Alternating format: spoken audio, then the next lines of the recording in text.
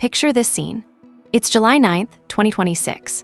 The Indiana Fever roll into Phoenix on the second night of a back-to-back, legs heavy, energy drained from the night before, and their franchise player is sitting courtside in street clothes. Caitlin Clark, the woman who has single-handedly transformed the economics of women's basketball, is nowhere near the starting lineup. Across the court stands Alyssa Thomas, the very player who drove a fist into Clark's throat just 2 weeks earlier. The Mercury faithful are expecting a feast. No Clark, no problem. Phoenix should run away with this one, except Indiana had other plans. What unfolded over the next 40 minutes wasn't just a basketball game. It was a reckoning. It was a statement. And by the time the final buzzer sounded, the woman who had spent years physically punishing Caitlin Clark was being booed off her own home floor while her opponent's fans were the loudest voices in the building. This is the full story of how Aliyah Boston, Sophie Cunningham, Kelsey Mitchell, and the rest of the Indiana Fever roster delivered one of the most emotionally charged road victories in recent WNBA history, and why it mattered far beyond the box score. To truly understand what happened inside that Phoenix arena on July 9th, you have to go back. You have to trace the long, ugly timeline of physical contact between Alyssa Thomas and Caitlin Clark, because this rivalry did not materialize overnight. It was built brick by brick, foul by foul, over the course of nearly 3 full seasons. It started in 2024 during Clark's rookie year. Thomas was still wearing a Connecticut Sun jersey back then, and during one particular contest, she caught Clark with a full-force shoulder check that sent the rookie sprawling across the hardwood. It wasn't a basketball play. There was no contest for the ball. It was a blindside hit, the kind you see in hockey or football, not on a basketball court. Clark never even saw it coming. She was launched off her feet, and the force of it drew an immediate gasp from the crowd. The referees were standing right there. They saw the whole thing. And what did they do? They called it a common foul, not a flagrant, not even a warning. A common foul, as if Clark had merely been grazed on a box out. The league had the opportunity afterward to review the play and reclassify it. They chose not to. The call stayed on the books as nothing more than routine contact, and Thomas walked away without consequence. That was the first seed, but seeds grow. Fast forward to 2025. Thomas moved from Connecticut to the Phoenix Mercury. And when Indiana traveled to Phoenix that season, multiple Fever players went down with injuries during the game, forcing the franchise to scramble for emergency replacements through hardship contracts.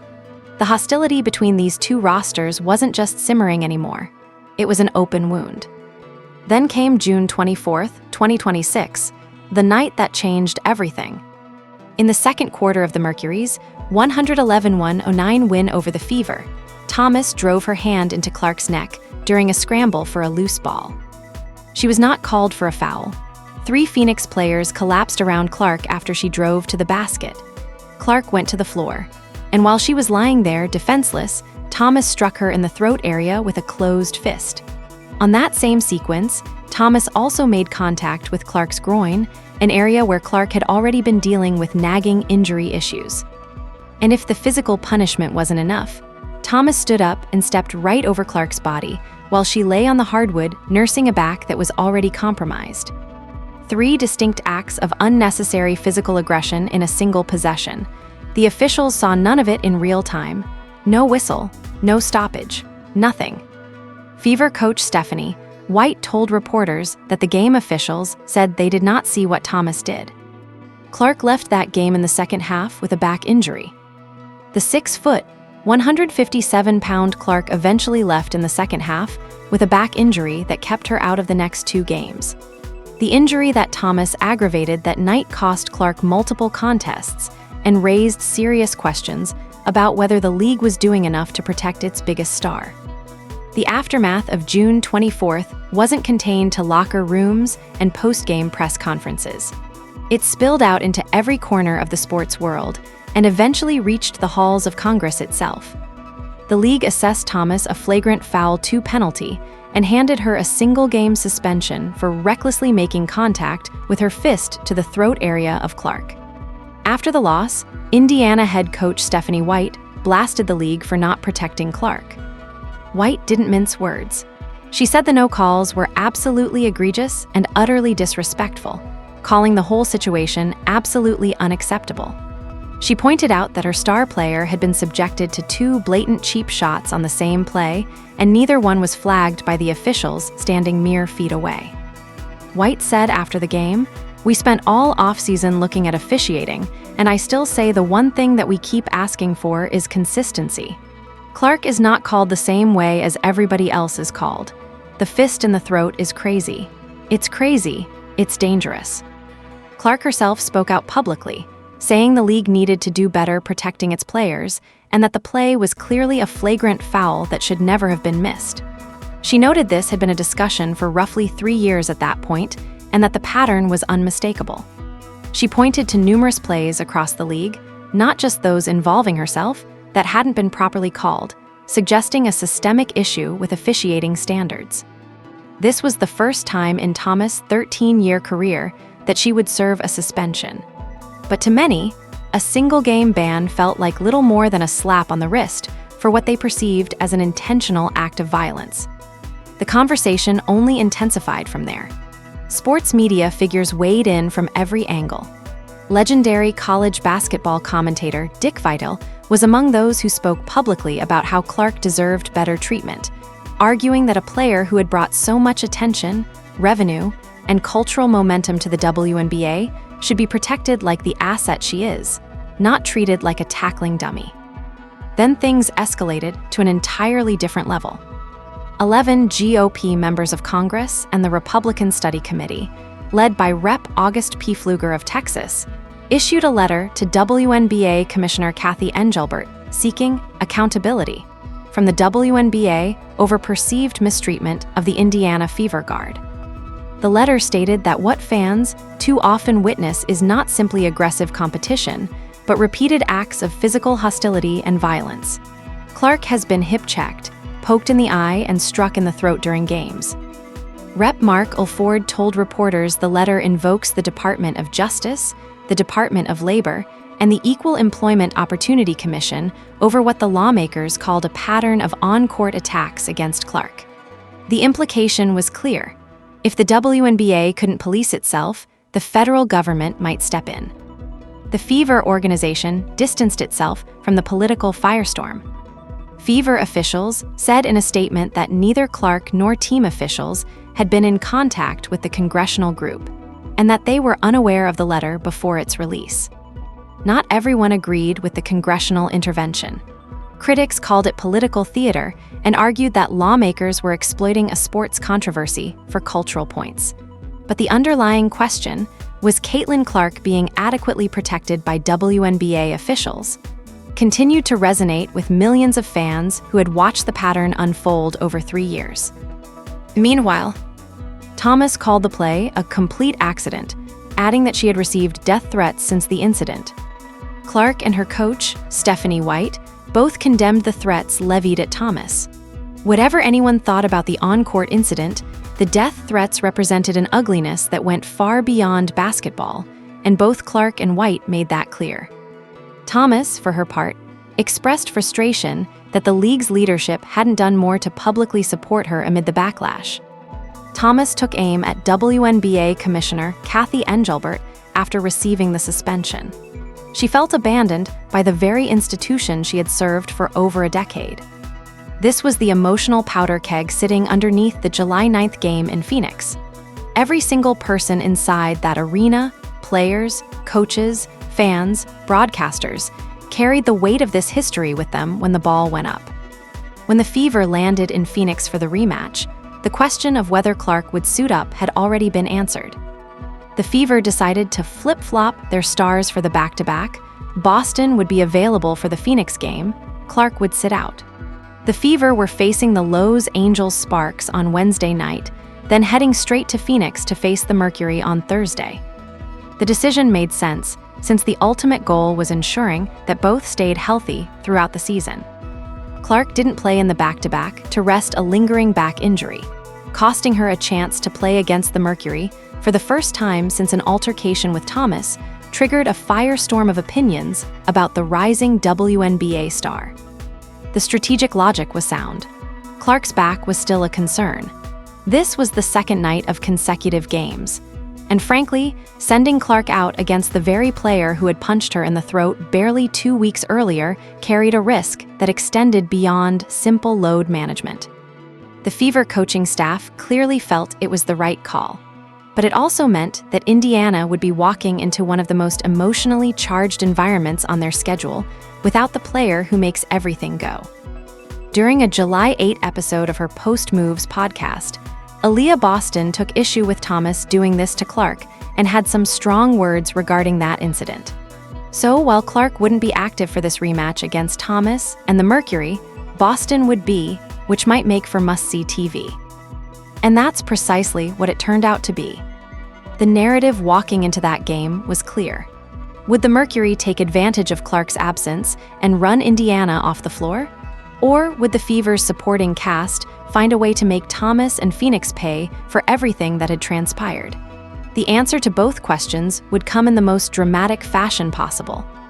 From the opening tip, Indiana made one thing abundantly clear. They had not traveled to Phoenix to lie down. Indiana's first 15 points came on three-pointers, and the team started 6 of 10 from long range.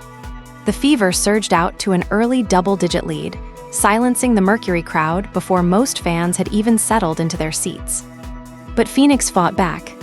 Kelsey Mitchell had 15 points and Aliyah Boston 10 for Indiana at halftime, but the Fever stumbled late in the second quarter.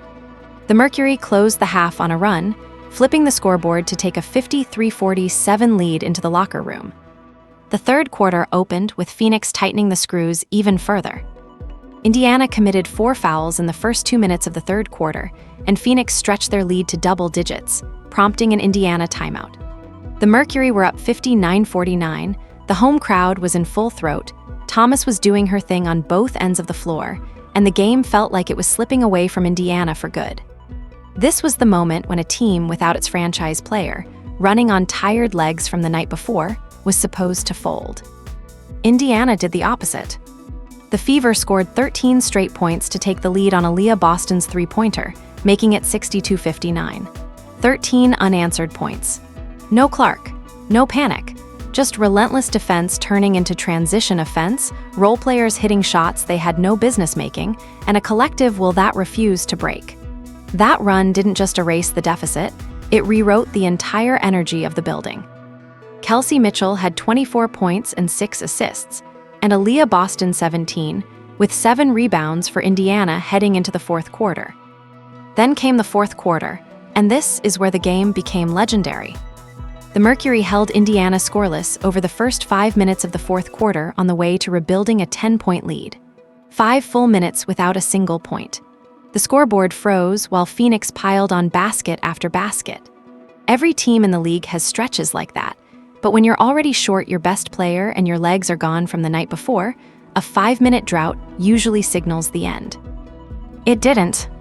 Indiana leaned on its defense to survive those empty minutes, grinding out possessions, forcing Phoenix into contested looks, and keeping the game within reach even as the offense sputtered. Kelsey Mitchell and Sophie Cunningham hit three-pointers after Indiana went scoreless in the first 5 minutes of the fourth quarter. That was the lifeline. 2 three-pointers that cracked the drought wide open and swung the momentum right back to the visitors. From there, it was Ty Harris who emerged as the unlikely hero nobody outside of Indiana's locker room saw coming. Harris poured in 9 points in the final 5 minutes of the game, including a three-pointer with 3 minutes remaining and back-to-back baskets that kept Indiana within striking distance and then pushed them ahead. Harris finished the night with 15 points and 5 assists, and every single one of those late-game buckets came at a moment where Phoenix had a genuine opportunity to slam the door shut. The final minute was a street fight. Buckets traded possession by possession. Both teams playing like the outcome carried the weight of something much bigger than a regular season standing. Because it did. Everyone in that building knew what this game represented. It was Thomas against the teammates of the woman she had punched in the throat. It was Phoenix trying to prove a point. It was Indiana trying to prove a bigger one. Kelsey Mitchell hit a layup with 10.1 seconds left to finish with 29 points, and the Indiana Fever held on for a 90-89 win over the Phoenix Mercury. The teams put 2 testy games in Indianapolis last month behind them, trading baskets instead of bumps and barbs. Mitchell put Indiana up 90-89 with her layup, and Sophie Cunningham added 2 free throws to secure the win with Caitlin Clark on the bench in street clothes. The final score, Indiana 92, Phoenix 89, a road win, a back-to-back win, a win without their MVP, a win against the team that hurt her. If there was one player who embodied the spirit of what Indiana accomplished that night, it was Aliyah Boston, Clark's closest friend on the roster, the woman who had publicly spoken out on her podcast about what Thomas had done to her teammate. And now, with Clark watching from the bench, Boston had Thomas lined up directly across from her. This wasn't a random matchup. This was personal, even if Boston never said it explicitly during the game. She didn't need to say anything. She let her game do all the talking. Aliyah Boston had 21 points after being held out of a 106-92 loss to the Los Angeles Sparks on Wednesday night. Boston finished with 21 points and 9 rebounds. Boston attacked Thomas relentlessly in the post. She backed her down deep into the paint, used her size advantage to create space, and finished through contact with a composure that bordered on surgical. Thomas tried to front her, tried to muscle her off the block, tried to disrupt her rhythm, and none of it worked for more than a possession or two. But the signature moment of Boston's night came when she stepped beyond the arc and drilled a three-pointer directly over Thomas. No hesitation, no rush, just a clean release right in her defender's face.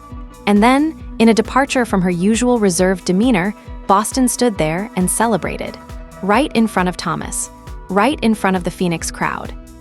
That's not something Boston does. She's not the type to showboat or engage in trash talk. She has built her entire career on being steady, professional, and letting her production speak for itself. But this was Alyssa Thomas standing across from her, the same player who had punched her best friend in the throat. So the celebration carried meaning that went beyond the moment. It was a statement wrapped in a three-pointer. Boston shot 9 for 16 from the field and knocked down 3 of 5 from three-point range, a remarkable clip for a player whose reputation has always been built on dominating the paint rather than stretching the floor. Hitting 60% from deep on top of bullying her matchup on the block is the kind of dual-threat performance that breaks a defense psychologically. Thomas felt it all 4 quarters. What made it even more devastating was the crowd reaction. Fever fans inside Phoenix's own arena grew louder every time Boston scored on Thomas. By the third quarter, you could hear the Indiana contingent clearly on the broadcast. That's not supposed to happen on the road, especially not in a building where the home team is supposed to control the atmosphere. But Boston kept scoring, and the Indiana section kept rising. And gradually, the entire energy of the arena shifted until it felt more like a Fever home game than a Mercury one. Boston stayed poised through all of it, calm on offense, physical on defense, never rattled even as the margins tightened. Thomas, meanwhile, grew visibly frustrated as the Mercury's leads evaporated.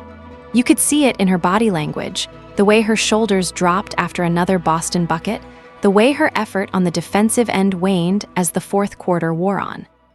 Indiana also deployed zone looks that took away Thomas's usual driving lanes, and with Boston anchoring the middle on both ends, Phoenix's half-court offense never found its rhythm. Boston didn't just outplay Thomas on the stat sheet. She made Thomas irrelevant in the moments that actually decided the outcome. There was a peculiar dynamic at work in that arena all night, one that told you everything about where the public sentiment had shifted. Sophie Cunningham, wearing an Indiana Fever jersey, playing for the visiting team, got cheered louder than half the Mercury's own roster. The reason is simple. Cunningham spent 6 seasons in Phoenix. She played alongside Diana Taurasi. She still lives in the area during the off-season. This is her city every bit as much as it is anyone's on the Mercury roster. So when she checked into the game, a significant portion of that crowd wasn't booing an opponent. They were welcoming someone who still feels like one of their own. Now juxtapose that with what was happening to Alyssa Thomas. Same building, same fans, and Thomas was getting booed on her own home floor the entire night. The woman wearing the Mercury jersey was being jeered, while the woman wearing the Fever jersey was getting ovations. When your own fans turn on you while cheering for the other team's player, something fundamental has shifted in the relationship between athlete and fanbase. And it wasn't just about basketball. It was about what Thomas had done to Clark and how the Phoenix faithful felt about it. Cunningham backed up the crowd love with real production. She finished with 9 points, and the biggest ones came in the final seconds.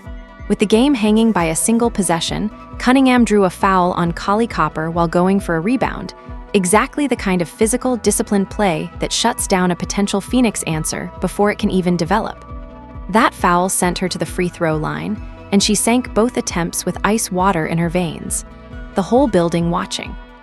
The entire season feeling like it was balanced on those 2 shots, both good. After the free throws dropped, Cunningham turned to the crowd and did her signature pointing gesture, the same celebration that became a viral moment during an earlier altercation with DeWanna Bonner. But this time, the gesture landed differently. This wasn't a random regular season celebration. This came after a game against the exact team that had physically assaulted her teammate 2 weeks prior. Cunningham has always been the enforcer on Indiana's roster, the player who steps in when things get physical and makes sure the Fever don't get pushed around. That pointing gesture, delivered in Phoenix's own building, in front of Phoenix's own fans, said everything that needed to be said about who owned that night. While Boston and Cunningham provided the emotional flashpoints, they weren't alone in stepping up. This was a full roster effort from top to bottom, and every contributor played a role that proved essential. Kelsey Mitchell finished with 29 points and 8 assists. That game-winning layup with 10.1 seconds remaining was the culmination of an absolute masterclass in shot-making. Mitchell carried the scoring load all night, and when the Fever needed a bucket more than at any other point in the season, she was the one who delivered. Mitchell's performance marked her 37th consecutive double-digit scoring game, tying a franchise record. That's not just a hot streak. That's a level of consistency that places her among the most reliable scorers in the league, night in and night out. Ty Harris contributed 15 points, and most of them came in the moments that mattered most. Her 9 points in the final 5 minutes were the difference between a team that looked like it was about to fold and a team that found another gear when everyone expected them to be out of gas. Harris's three-pointer with 3 minutes left was the kind of dagger that changes the entire trajectory of a game. Phoenix had a chance to pull away for good, and Harris ripped it from their hands. Lexi Hull chipped in 10 points, going 4 for 6 from the field and hitting 2 of 3 from beyond the arc. Steady, efficient, no wasted possessions. In just 18 minutes off the bench, Hull provided exactly the kind of reliable production a team needs from its reserves when the starters are carrying a heavy load. And then there was Makala Timpson, who delivered a block in the closing moments that doesn't scream from the box score, but changed the entire complexion of the game's final minute. Phoenix had a chance to score, a chance to potentially tie or take the lead, and Timpson rose up and pinned the shot against the backboard. It was the kind of defensive play that separates wins from losses in single-possession games, and it came from a player whose name won't make the highlight packages, but whose impact was felt by everyone in the building.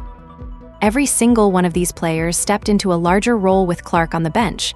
Not one of them shrank from the moment. Mitchell scored, Hull hit shots. Timpson blocked. Boston dominated the paint. Cunningham iced it at the line. Harris delivered in the clutch. From top to bottom, the Fever played like a team that had something to prove because they did. Alyssa Thomas and Kelsey Copper had 22 points each to lead the Mercury. On paper, Thomas's stat line wasn't terrible. She scored, she distributed, she contributed in the ways she normally does. But the numbers don't tell the story of her night. The story of her night was written in the boos cascading from her own home fans. It was written in the way Boston celebrated a three-pointer in her face.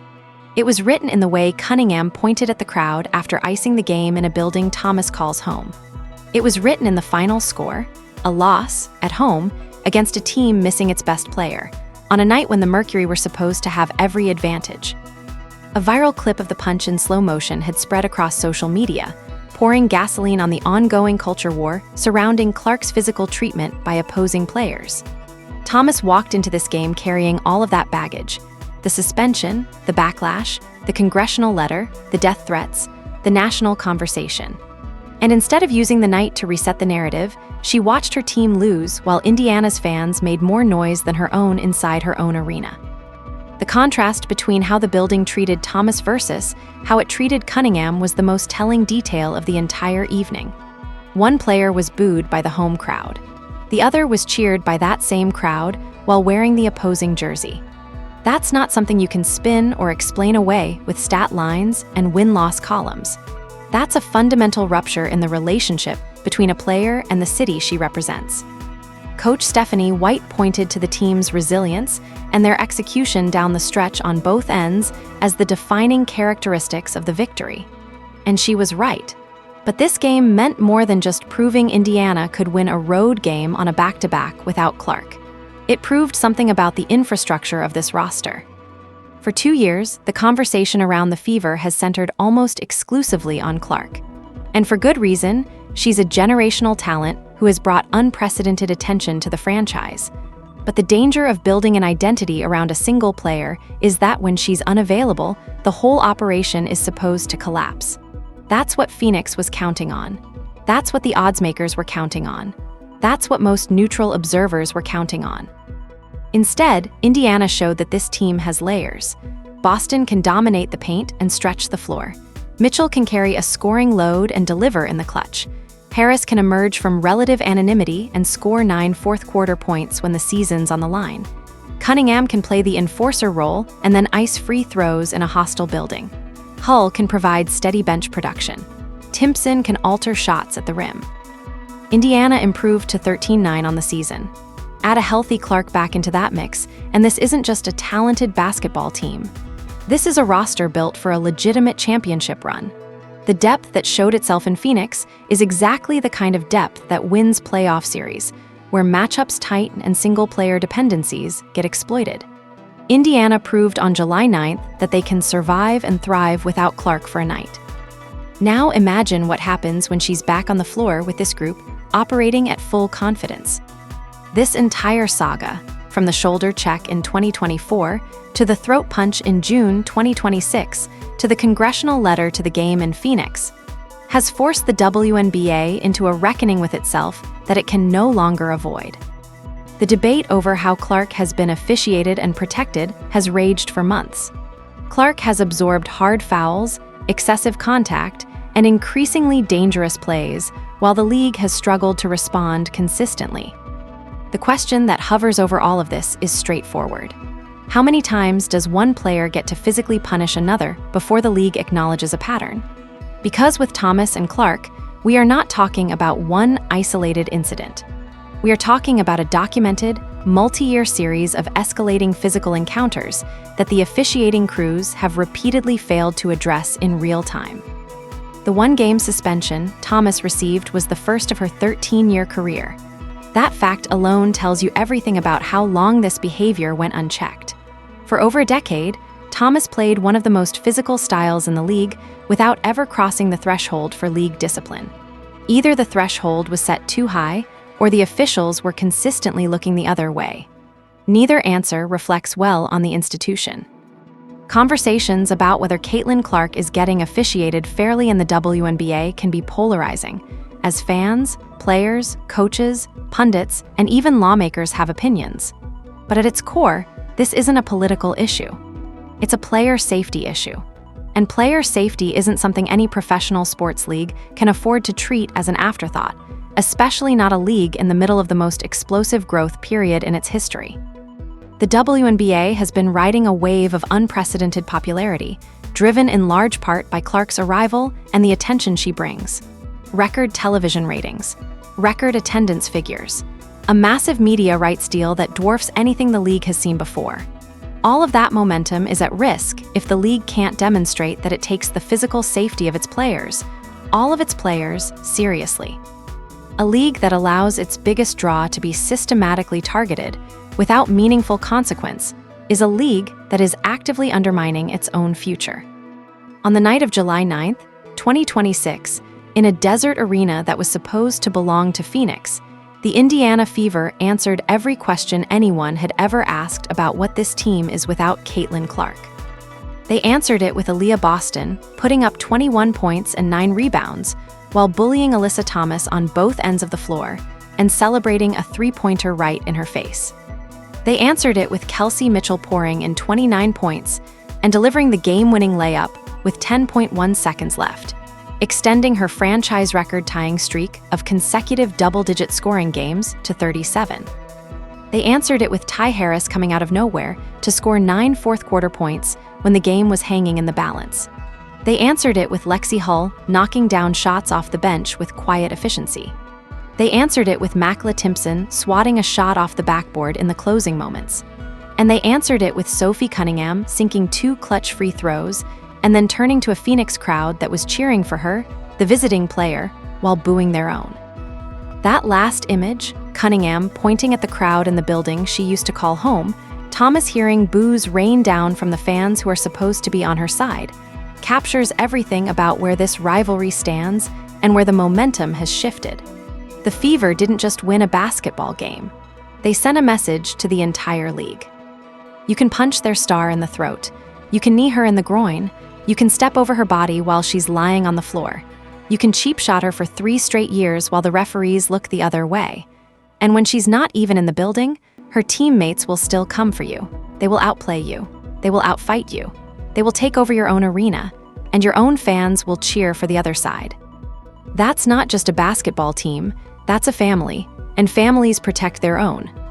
Indiana Fever 92, Phoenix Mercury 89, Clark never left the bench. And Alyssa Thomas got booed off her own home floor. That's the story, that's the rivalry. And that's why this Indiana Fever team, at full strength, might just be the most dangerous roster in the WNBA heading into the second half of this season. Show Aliyah and Sophie some love. They earned every bit of it.